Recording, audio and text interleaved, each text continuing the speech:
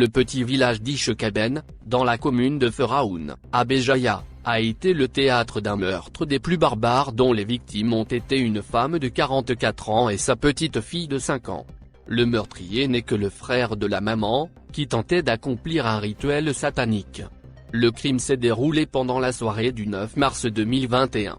Rahima 44 ans, et Manel, sa fille, une enfant d'à peine 5 ans, ont été sauvagement assassinés par l'oncle de cette dernière, le frère de sa maman. Un crime des plus macabres. L'assassin, apparemment membre d'une idéologie sectaire, voulait sacrifier la petite Manel, dans le cadre d'un rituel de sorcellerie ou d'exorcisme. Il aurait même demandé à la mère de la petite fille de lui céder sa progéniture. Cette dernière, en toute logique, avait refusé. Loin d'être découragé, le criminel est revenu en force. Un communiqué rédigé par le collectif de soutien avec la famille des victimes, évoque un complot satanique. En effet, l'oncle de la petite Manel est revenu accompagné de la grand-mère, du grand-père, et de la tante de la petite fille. Les deux victimes seraient mortes suite à de nombreux coups reçus et de strangulation. L'oncle de Manel, le principal accusé dans cette affaire, serait celui qui a porté les coups mortels à sa sœur puis qui s'en serait pris à sa nièce Manel en l'étranglant, et ce, en présence des parents et de la sœur de la victime. Le crime s'est déroulé en fin d'après-midi, au niveau du domicile des deux victimes, en l'absence du mari de Rahima, la mère de Manel. Le tueur, son père, sa mère, et sa sœur, auraient en amont délibérément tout orchestré dans l'objectif de procéder à un rituel satanique. Selon les dires, les protagonistes visaient à rentrer en contact avec des forces occultes avec en offrande le sacrifice de la petite fille. Rapportent nos confrères d'Al-Watan. Les mis en cause arrêtés. Suite à leur forfait, les mis en cause ont méticuleusement nettoyé la scène du crime, indique le communiqué du collectif de soutien. Ce qui veut dire que c'est de la compétence des magistrats de faire la lumière sur le mobile qui les a conduits à commettre l'irréparable. L'arrestation du principal présumé coupable de ce double féminicide qui a ôté la vie à une mère et à sa fille, a été faite grâce à la fille aînée de la défunte Rahima. Celle-ci, qui a été témoin et rescapée de cette entreprise machiavélique, a également été à l'origine de l'arrestation des 3 autres complices du tueur. L'implication directe des présumés complices, ou du moins leur non-assistance à personne en danger, a été mise à jour, suite à leur déclaration devant le procureur de la République. Ils ont été toutefois libérés provisoirement, indique le communiqué. L'accusé principal est toujours en détention. Une marche blanche et silencieuse pour exiger justice pour Rahima et Manel, est organisée le 2 avril prochain à 10h30 par le collectif de soutien à la famille sinistrée.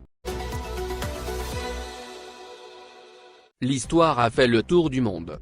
Il y a 10 jours, un agriculteur de Constantine, a vu jaillir un liquide visqueux et noirâtre alors qu'il forait un puits pour trouver de l'eau.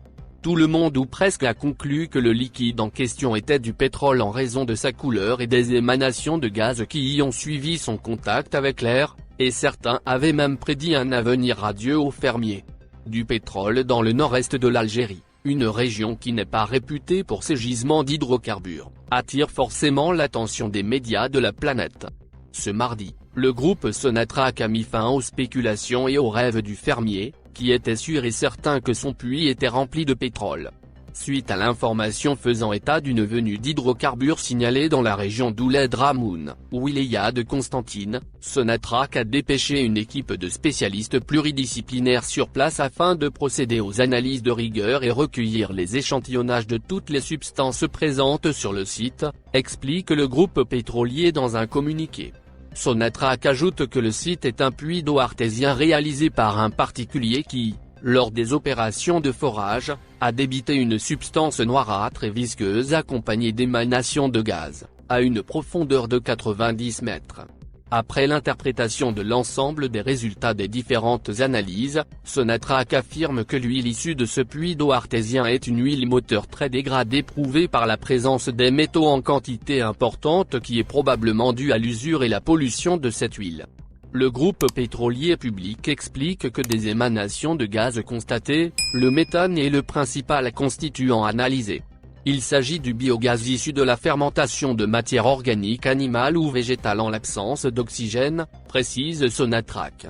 Enfin, il a été convenu avec les autorités en place de sécuriser le périmètre et de préserver les ressources hydriques de la région à travers le colmatage du puits en question, conclut le communiqué de Sonatrach.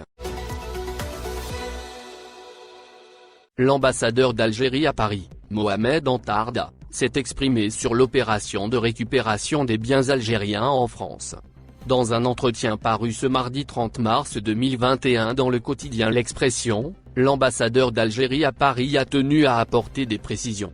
D'abord, je dois préciser le fait suivant, j'ai remis, il y a quelques jours au président de la République un dossier sur la situation de tous les biens immobiliers de l'Algérie en France.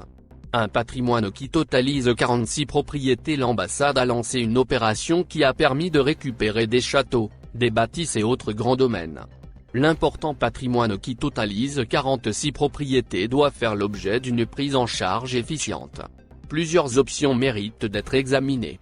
Certains biens doivent être vendus. J'entends par là, ceux non utilisés, non rentables, en état de délabrement très avancé ou menaçant ruine, a-t-il précisé. L'ambassadeur Antarda a expliqué, la deuxième option consiste en la réhabilitation, le réaménagement et la rénovation de certaines constructions, en vue d'un investissement par location, la réaffectation pour utilité ou intérêt national. L'autre possibilité est la mise à disposition de certains biens au profit d'associations activant en direction de notre pays par la communauté nationale établie en France. La valeur du plus important bien estimée à 10 millions d'euros. Concernant la valeur de ces biens, le diplomate algérien a estimé la valeur du plus important d'entre eux à 10 millions d'euros. Pour répondre directement à votre question, je ne peux pas m'avancer sur un chiffre précis, mais je peux vous donner l'estimation de la valeur d'un des biens. C'est le plus important.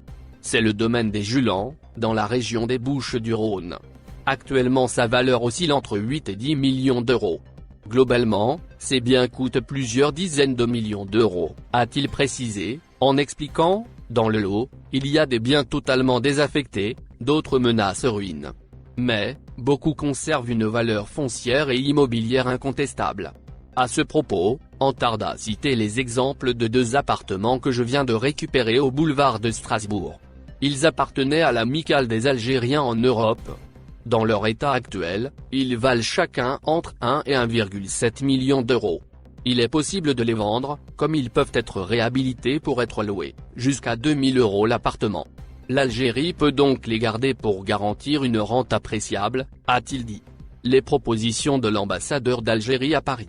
Par ailleurs, dans un souci de rentabilité, l'ambassadeur d'Algérie à Paris a dit avoir fait la proposition suivante de déménager les représentations d'Air Algérie et de l'ANTM en France des locaux qu'elle loue actuellement, pour les installer ensemble dans les anciens locaux du Consulat général d'Algérie, rue d'Argentine, à Paris. Dans le même bâtiment, j'installerai un bureau consulaire pour le rapatriement des dépouilles mortelles, une représentation d'un assureur public pour l'assurance obsèques.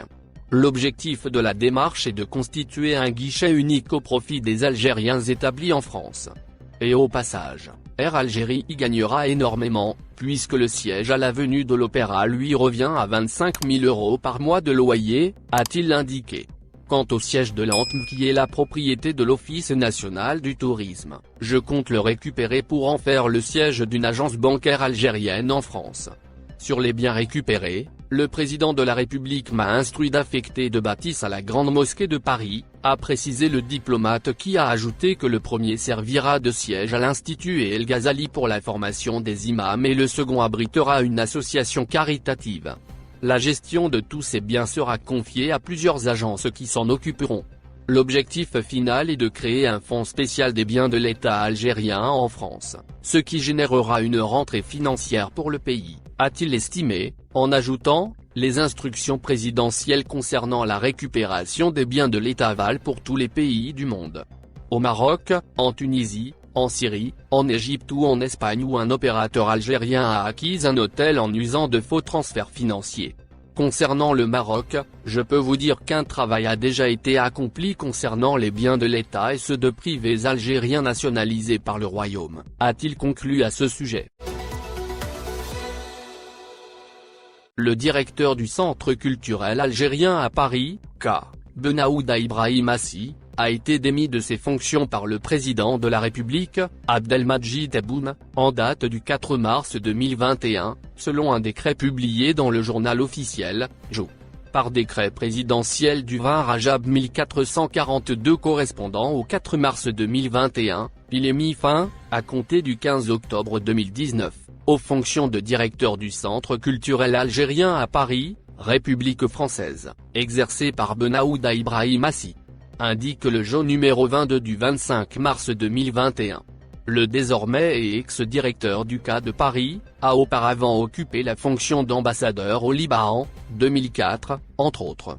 À noter que les activités du CA sont actuellement suspendues pour cause de pandémie. Le Centre culturel algérien, CA, à Paris ne peut pas accueillir, pour l'instant, artistes et publics.